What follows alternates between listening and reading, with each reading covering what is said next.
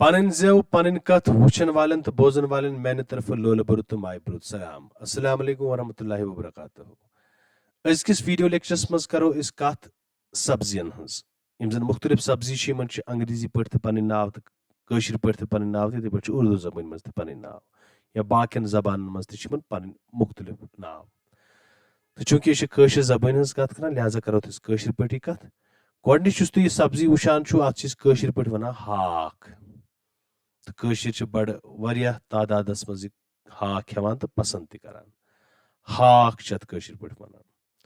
इथे पे ब्याक यह सब्जी अत गंड वनान त्रेम यह सब्जी अत अलव वनान चूरिम सब्जी अत अल वनान पूंचम यह सब्जी अत वांगन वनान शेम यह सब्जी अत रुवांगन वनान तो ٲठिम यह सब्जी अत गाजर वनान नईम यह सब्जी अत मुज वनान तो दहिम यह सब्जी अत मटर वनान।